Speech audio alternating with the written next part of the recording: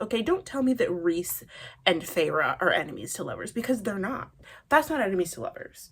Her having the ick for him at the beginning of the ACOTAR series, that's just good common sense, okay? That is a survival instinct, all right? That is self-preservation.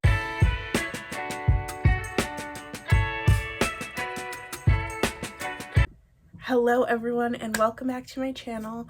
My name is Nada and I make videos about literally whatever I want. Today I really wanted to make a video going through my recent reads of 2023, what I've read since July or June of 2023. I am going to have a little bit of wine. I'm Chianti today, or Chianti. I've always been kind of scared of this wine because the only line I ever knew from Silence of the Lambs was I ate his liver with some fava beans and a nice Chianti, and no.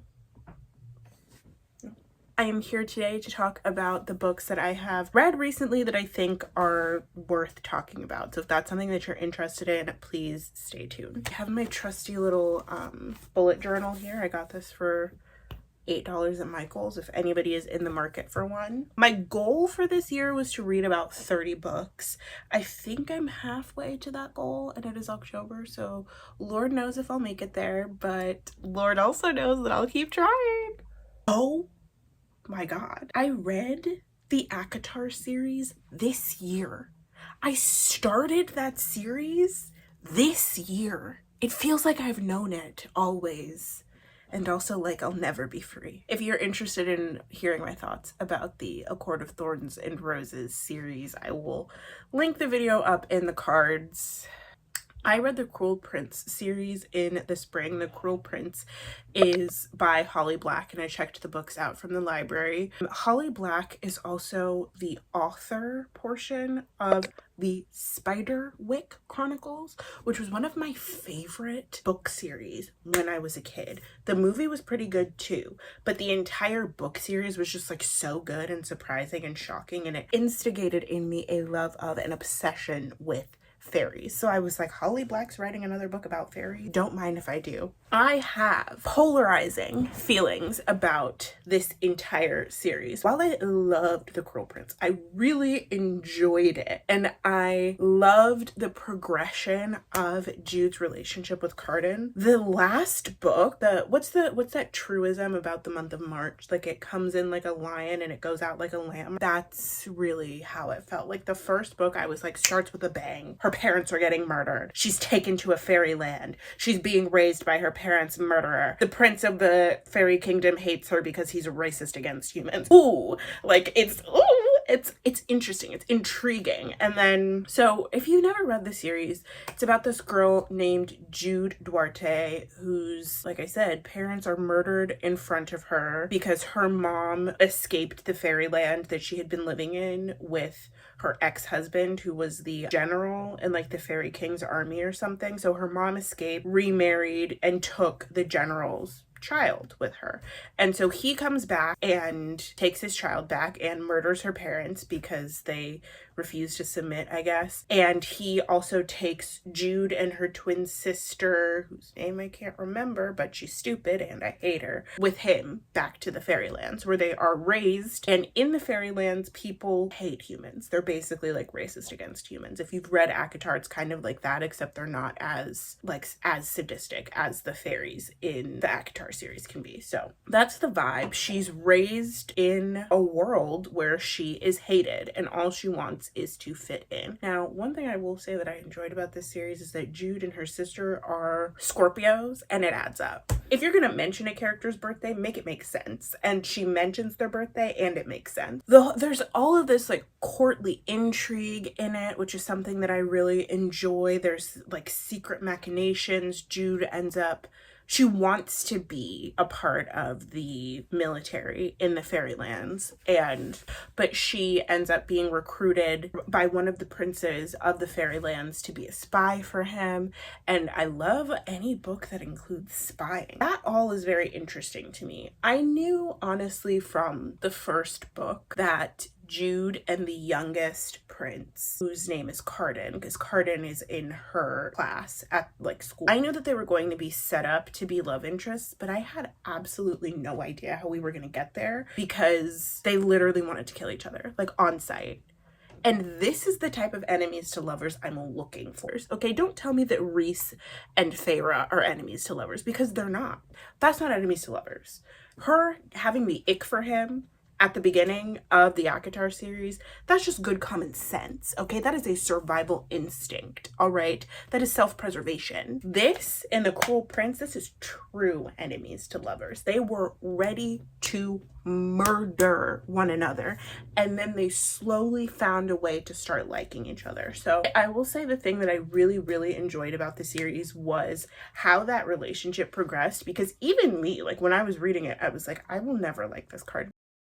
She got me in the end, okay? She did. She got me in the end. And I was rooting for them to be together by the end of this series. My biggest issue with this series, and it's honestly because I'm coming from a human perspective and I don't live in the fairylands, I'm not going to spend my entire life fighting for acceptance. I'm simply leaving. This is a world of scraping and scrapping and lies and cheating and intrigue and murder. Jude is almost murdered by one of her classmates in the first book. If that wasn't my sign to get the hell out, at that point you're impossible to save. I understand why she wants so badly to stay in the fairylands, because she wants to receive that approval from the fairies. She wants to feel like she belongs in this place that has been trying to get rid of her this whole time. I will just say, me as a human with a self-preservation instinct, I'm not gonna beg someone to love me. You think I'm gonna beg someone to not want to murder me? To not be racist against me? No. Little Prince, overall, I would give the entire series probably a 4 out of 5 stars. But the first book was definitely my favorite. And I enjoyed a lot of the second book. And the twist ending at the end of the second was pretty fun, but it's definitely the first book for me. I finally read Something Borrowed by Emily Giffin this year. And I read it because I kept getting recommended clips of the movie on YouTube. And I was like, I finally just need to fucking either watch this movie or read this book. And I couldn't find the movie anywhere, so I read the book. If you don't know, Something Borrowed is a book about these two friends named Darcy and Rachel, who grew up near Indianapolis in the 80s, I think. And Darcy is beautiful. She's always lived a charmed life. Her family is rich. And Rachel has always felt like she was one step behind her. When Darcy gets engaged to one of Rachel's friends from law school, Rachel is initially like super excited. She's like, oh yay, you're getting married, and Dexter is my friend, so I'm happy. Darcy throws Rachel a 30th birthday party, and at the 30th birthday party, and this isn't a spoiler because this happens in the first chapter, after the 30th birthday party, Rachel and Dexter end up sleeping together. So the rest of the book is Rachel developing this illicit relationship with Dexter and trying to figure out how she feels about her relationship with Darcy, while also navigating falling in love with this guy who is absolutely taken by her best friend. Rachel's supposed to be the protagonist of this book, but she's an evil cunt. I went into this assuming that I would be on Rachel's side the entire time because I love a little bit of intrigue in a romance novel. I love a love triangle. I love a afflicted romance, a romance that cannot continue because one of the parties is otherwise occupied. I'm speaking in euphemisms for whatever reason. This is Rachel's best and oldest friend, and she slept with her fiance and then kept it from her for months and then wasn't going to tell her when they inevitably broke up because they weren't in love with one another. Her friend had been with this guy for like 7 years. I'm sorry, but that's evil. That's evil. And there is justification from a lot of the characters in the book. They're like, well, Darcy and Dexter weren't in love with each other, and Rachel and Dexter were meant to be together, and okay, break up with my best friend. Actually, date him before you introduce him to your hot and sexy best friend. Like, there were, in the law school parts of the book, I felt like there were plenty of hints that Rachel was interested in Dexter. And so I feel like she had her chance. And even still, like, if there hadn't been like an illicit affair happening, Dexter and Darcy had broken up, and Rachel had gone to Darcy and been like, hey, look, I'm like literally in love with him. We have so much in common. We're amazing. I do believe that Darcy would have been like, oh yeah, okay. She probably would have been annoyed initially, but she would have been like, yeah, whatever, sure. So I think to do something like this to your best friend, it made it hard for me to root for Rachel because I really just felt like I couldn't relate. And it feels almost like sanctimonious and holier than thou, because it's like, who wouldn't get into a situation like this if there was true love involved? But it's like, there's no love true enough that I would fuck over my oldest friend. And it's also, okay, so I also read the second book. It's not really a series, it's just like a duology. So it's Something Borrowed and Something Blue. And in this next book, Darcy basically like quits her job and flies to England to stay with one of their other childhood friends who's been living in England for a while. And this is while she's pregnant with twins that were conceived with Dex's best friend from college. So I'm not saying that Darcy is an angel, okay? I feel like Darcy's kind of silly and naive and doesn't understand how much power she has in the world. She always kind of saw herself as someone who would just be like a wife to a high-powered person, whereas Rachel always saw herself as being that high-powered person and also having a partner in her life. So I see that Darcy is like jealous of Rachel's self-possession and her intelligence. There is a universe in which I do believe that Darcy went after Dex because she knew that there might be something going on between him and Rachel, something like emotionally going on between them, not like actually going on. And she wanted to one-up Rachel because that is like the history of their relationship, is one-upping each other. But like one-upping each other in terms of like colleges is one thing. Sleeping with your alleged best friend, fiance, something else entirely. But it was messy, and so I enjoyed it. Next up, I read Gone Girl. I wish I had read it around when it came out because I kind of like knew all the plot twists that were going to happen, so there was nothing about it that was surprising. I was just kind of reading it to get a feel for the prose, and I did really enjoy the writing. I just was like, oh my god, Nick is the fucking worst. Like, I also would frame him for my because he sounds like he sucks. Like, I get that Amy is insane, but he sounds like he sucks. And we were even in his perspective for most of the book. I still didn't like him. The next book that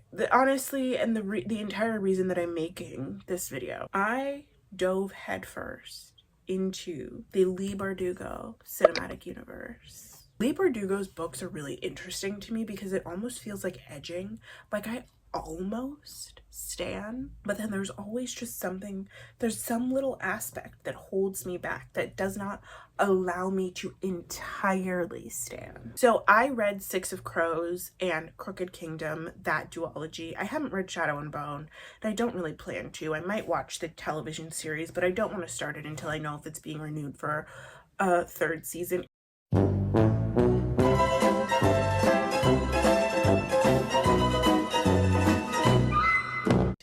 Okay, so I'll start with Six of Crows, and then I want to talk about Ninth House and Hellbent. So Six of Crows follows a group of ne'er-do-wells who live on the streets of this like alternate universe Amsterdam. It's like this alternate universe version of like 16th, 17th century Amsterdam. And this is when like Dutch was the lingua franca of the world, and like all trade was done in Dutch because the Dutch had the best like boat systems and navies and the best access to water. So it's set during that time, but imagine if there was magic at that time, you know? So there are these beings called Grisha who are humans who have special powers. I cannot explain all of them right now. There's this drug called yurdaparam that is introduced at the beginning of the series, and it is a like fabrication, like a fabricator made a new version of this normal drug called yurda, which I'm pretty sure is like the closest analog is probably like coca. There is a fabricator who creates this new drug called yurdaparam that can be used to basically supercharge the Grisha's powers. So if a tailor previously had to take an hour tailoring someone's appearance and use various different kinds of aids to do so. Now it will only take 20 minutes max, and you don't need any of those aids. So the other issue with Yurda Parem is that it is highly addictive, and it almost kind of like leeches the power out of the Grisha's bodies. So any Grisha that takes it becomes super powerful really fast, but then also gets so addicted to the drug that they need it whenever the high wears off, but then the more they take it, the faster it kills them, basically. A gentleman thief named Kaz Brecker, gentleman thief, I say. No, he's a sewer rat. He's like a master thief and lock picker and all of these things. His name is Kaz Brecker, and he is approached by a member of the Merchant Council at this time. Like in this story, the city is run by a council of merchants because they're obsessed with money and greed and whatever. He's approached by a member of the Merchant Council to basically go to Fjorda, which is this world's version of like the Nordic countries, like Sweden, Norway, those places. Mostly Sweden, I would say. And kidnap the fabricator who invented Yurda Parem so that he cannot be in the possession of the Fjordans, because the Fjordans hate Grisha and they are basically afraid that they're going to use him to do like evil and wreak havoc upon the world or whatever. The members of the heist crew are Jesper, who is a member of the dregs. He's addicted to gambling, needs the money to pay back a mortgage that his dad took on the farm that they live. And his dad took out the mortgage so that Jesper could go to school, but instead of going to school, Jesper got addicted to gambling and now he lives on the streets.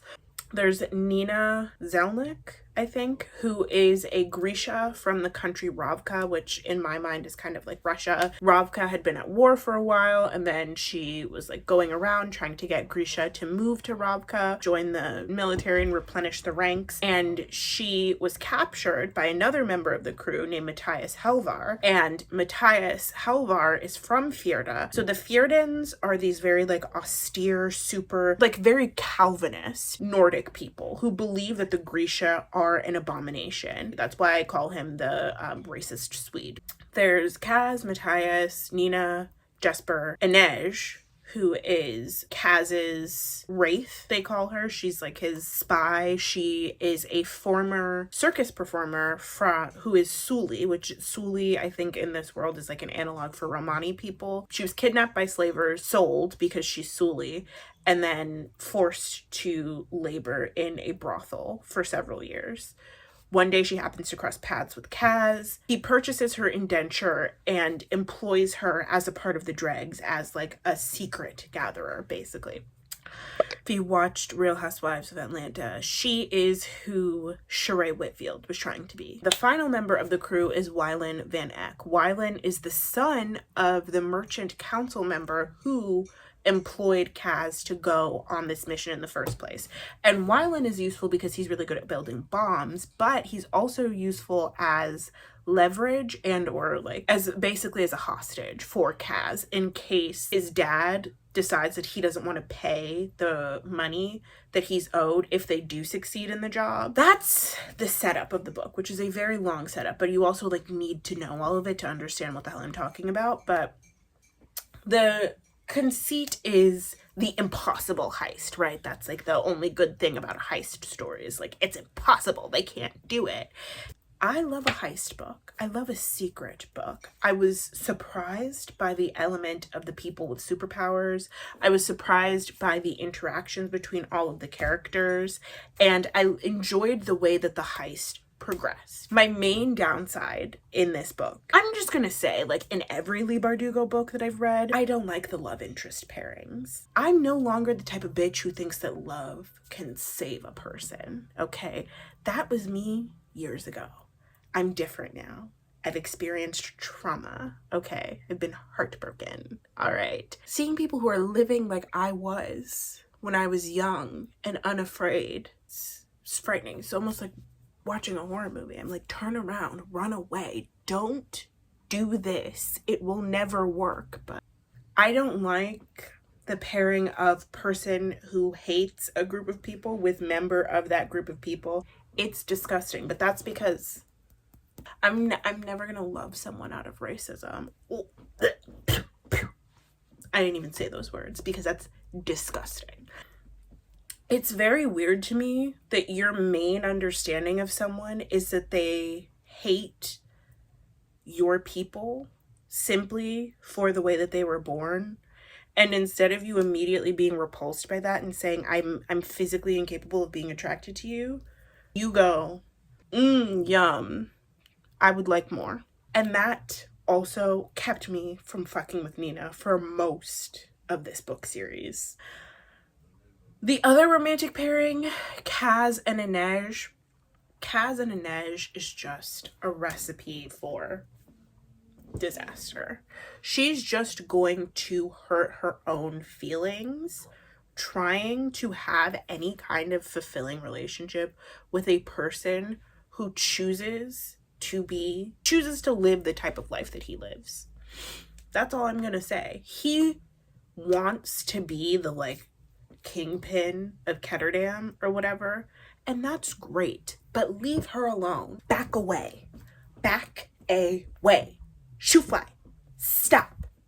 Stop it. Every time Kaz and Inej were like inching closer to each other, I literally wanted to throw my phone. I wanted to say, no! Stop it! The only pairing that I enjoy in this book series is Wylan and Jesper. And I like Wylan and Jesper mostly because I want to lock Wylan in a basement and have Jesper for myself. That's baby girl. He's my little baby girl. He's my little baby girl. Me and Jesper realistically would be like a mess together. It would be bad, but I see him and I understand him. And I want him. So Six of Crows, really fun, great heist book, 10 out of 10, would recommend if you like intrigue and also like supernatural / fantasy elements added into books. And I haven't read Shadow and Bone. I don't know if I will, but I did enjoy the writing. I think it's a very well written series. Crooked Kingdom I enjoyed less than Six of Crows, if only because it didn't have that heist element that Six of Crows had in it that kept me like intrigued throughout the book. Inej and Kaz was even worse in this book to me. I understand that he is traumatized. I get it. He has this thing where he's always wearing gloves, like that's his signature, and they call him Dirty Hands and say that he always wears gloves because he's constantly getting his hands dirty or whatever. I get it. But if you know this about yourself, if you know that you have this problem and that you will never be able to give a bad bitch like Inez what she deserves, why not leave her alone? Yes, I'm speaking from a traumatized place. Yes, I'm speaking from a traumatized place because I had my own Kaz and I wish that that person would have left me alone. The type of life that she deserves, she has been through it, okay? She's been through it. She wants to change the world. She wants to abolish slavery in their universe. She wants to go to Ravka. She wants to live with her family. She wants to have a family. The type of life that she wants to have is in direct opposition with the type of life that Kaz has cultivated for himself. He spent his entire like reborn life as Kaz Brecker gaining enemies and taking names. And even just in Crooked Kingdom, like what he does to one of his enemies, like young children, I cannot imagine if him and Inej got married, started having babies, whatever, and somebody came after his family.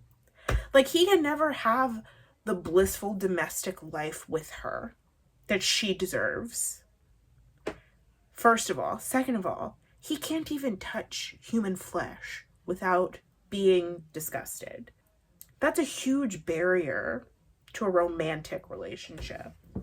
And I really just hope that Inej comes to the realization that it was never going to give what she wanted it to give.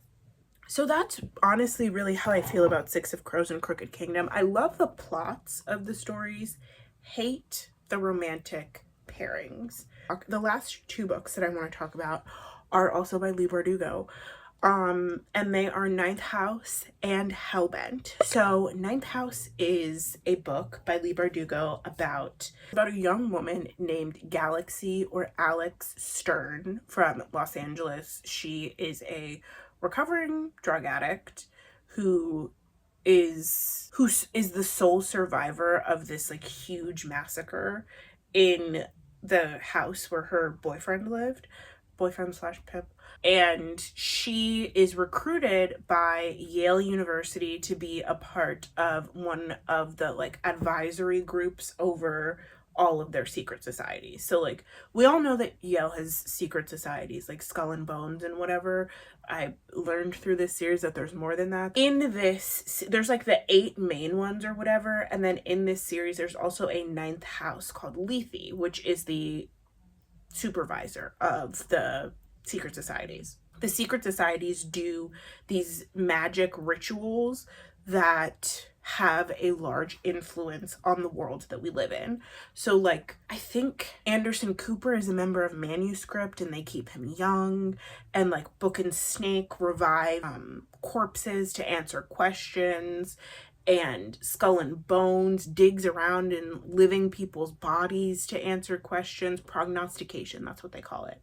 At the beginning of the school year, a townie from New Haven is murdered, and Alex, as the Dante, so like the trainee of the Lethe house, is sent over to investigate. Initially, she's told that there's no relation to the supernatural, it doesn't have anything to do with anything, but she keeps digging and ends up unveiling this huge conspiracy that is much bigger than she ever could have imagined.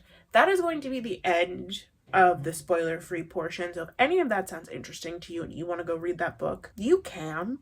I don't know that I personally would recommend it for reasons that I'm going to explain in spoilerific detail very soon. There's a lot missing from this book about its racial politic. Mainly that the main character is a young Latina with no connection to her culture who is addicted to drugs and is recruited to be at Yale, but clearly not smart enough to make her way there. There's a lot of stuff that can be said about that has been said better by others before me, and I will link those videos down below and in the cards above if I can. It basically feels like a book about a person of color written by a white woman who went to Yale, which is exactly what it is.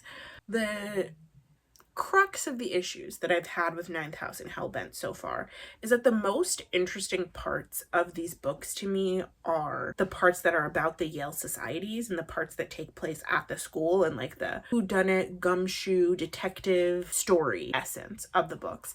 I've always loved a mystery novel, and that part of it, the investigation part, was always the most interesting to me.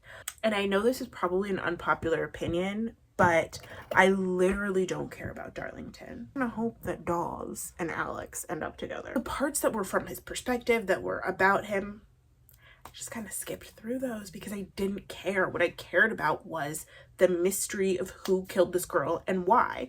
And what I was interested in was a commentary on structural power and how it bleeds out and causes and can like wreak havoc on people who seemingly have no connection to it. I was interested in basically which of the societies was responsible for this girl's death and why they killed her, and what Bardugo would be trying to say about the world that we live in because of that. I didn't get any of it. I think authors try too hard to make their whodunits interesting when we can just stick to the basics.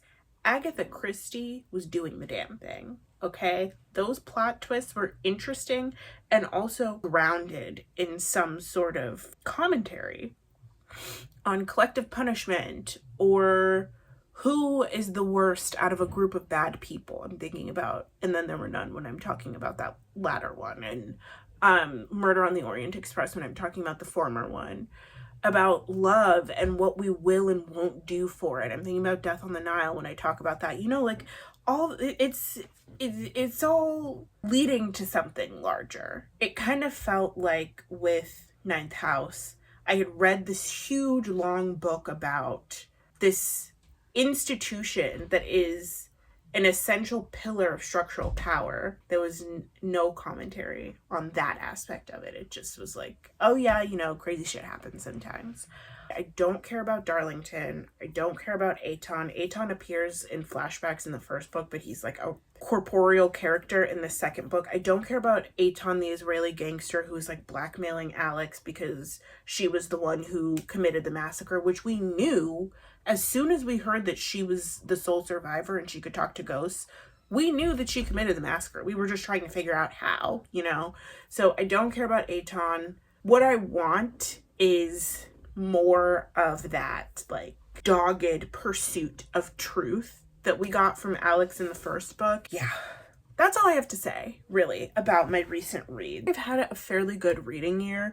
The truth is I've mostly been reading books that one of my friends has recommended. Shout out to you, Claire.